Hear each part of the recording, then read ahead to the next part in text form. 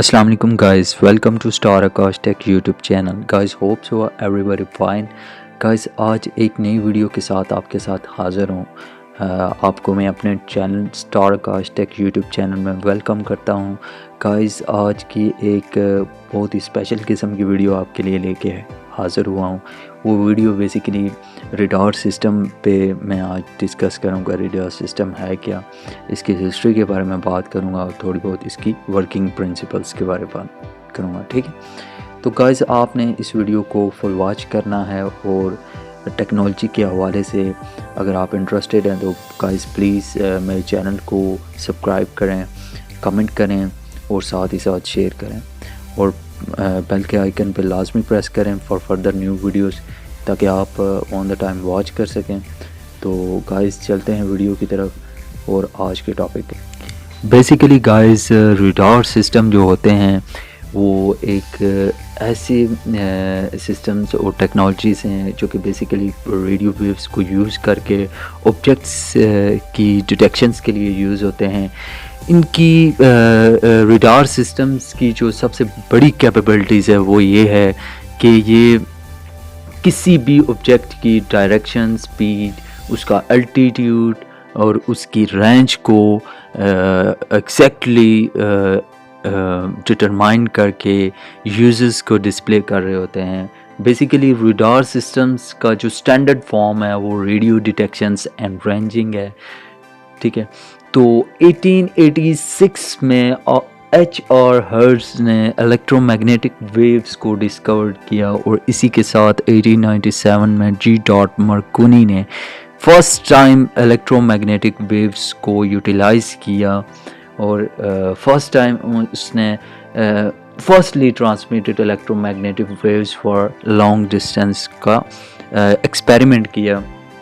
और इसी के साथ साथ 1930 LA आयरलैंड ने फर्स्ट टाइम इलेक्ट्रोमैग्नेटिक वेव्स को यूज़ करके एक एयरक्राफ्ट को, एक ऑब्जेक्ट को डिटेक्ट किया। बेसिकली एक रडार सिस्टम्स की टेक्नोलॉजी विद रेडियो वेव्स को यूज़ करके उसने उस ऑब्जेक्ट की रेंज, उसका एल्टीट्यूड, डायरेक्शन और स्पीड्स ऑफ ऑब्जेक्ट्स को मेजर किया।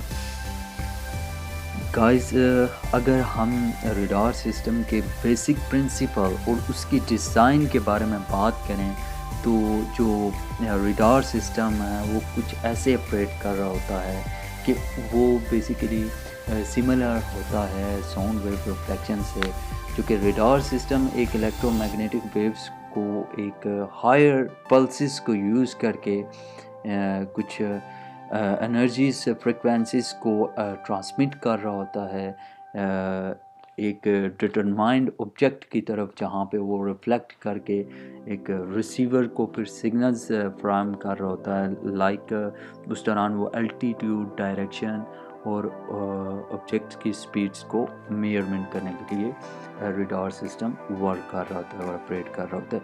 बेसिकली रडार सिस्टम्स को आजकल आर्मी में, मिलिट्री फोर्सेस में और साथ ही साथ किसी भी हंगामी हालात या फिर आप कह सकते हैं कि एरोप्लेन की ट्रैफिक को कंट्रोल करने के लिए रडार सिस्टम्स का वर्क आजकल बहुत ज़्यादा आम हो गया। गाइस, अब मैं बात करूँगा इसके प्रिंसिपल ऑफ वर्किंग। तो इसके प्रिंसिपल ऑफ वर्किंग कुछ ऐसे हैं कि रडार सिस्टम में एक ट्रांसमीटर बेसिकली एम्बेड किया जाता है जो कि रेडियो वेव्स की एनर्जीज़ को ट्रांसमिट करने के लिए यूज़ होता है। वो बेसिकली ट्रांसमीटर ऐसे वर्क कर रहा होता है कि रेडियो वेव्स को इमिट्स करता है, ठीक है, जिसे रडार सिग्नल भी हमें कहते हैं, और वो बेसिकली एक प्री डिटरमाइंड डायरेक्शंस की तरफ उन रेडियो वेव्स को सेंड कर रहा होता है। तो इसी के साथ साथ मैं अगर आपको बताऊं कि ये जो रडार सिग्नल्स हैं, ठीक है, वो बेसिकली एक प्री डिटरमाइंड डायरेक्शंस के साथ जाने के बाद एक ऑब्जेक्ट के साथ जो है बेसिकली अट्रैक्ट करते हैं, वहाँ पे रिफ्लेक्ट करते हैं, ठीक है, इन मैनी डायरेक्शंस। तो इसी के साथ साथ एक डॉपलर इफेक्ट भी केस हो रहा होता है, अक्कर हो रहा होता है, जो कि बेसिकली फ्रिक्वेंसीज में रेडार वेव्स की जो फ्रिक्वेंसीज को चेंज कर देता है, ठीक है, या फिर उन एनर्जीज़ को इन्हांस कर देता है, ठीक है। तो बेसिकली उसमें डॉपलर इफेक्ट का एक बेस्ट एक्शन ये होता है कि वो फ्रिक्वेंसीज को इन्हांस कर रहा होता है, ठीक है।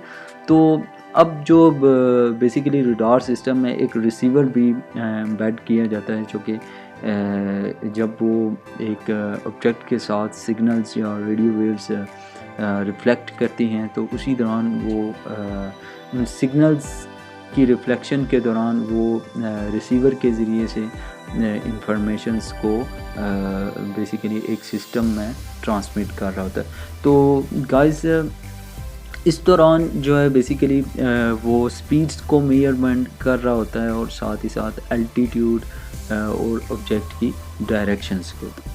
Now guys, I'm going to talk about applications of radar. Some radars are basically used: search radar, targeting radar, navigational type radar, mapping radar, weather radar, and radar sometimes is used for air traffic control.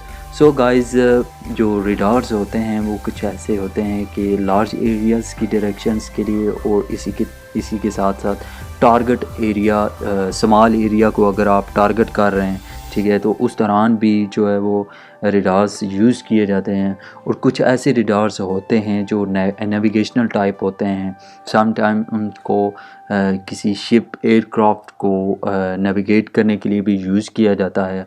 और इसी के साथ साथ mapping radar भी होते हैं, जो basically एक remote sensing and geographic applications types radar होते हैं। कुछ रेडार ऐसे होते हैं जो कि वेदर रेडार होते हैं, locate precipitations, its motions and future. इसी के साथ साथ गाइस, होप सो, मुझे उम्मीद है कि आपको आज की वीडियो काफ़ी पसंद आई होगी। बेसिकली मैं नेक्स्ट वीडियो जो लेके आऊँगा वो भी एक टेक्नोलॉजीज़ के हवाले से होगी।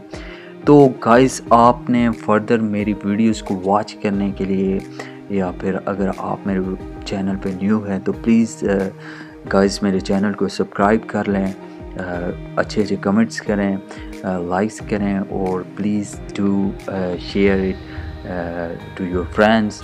सो गाइस, नेक्स्ट वीडियो के लिए मैं फिर हाज़िर होऊंगा, तब तक इजाज़त दीजिए। अल्लाह हाफिज़।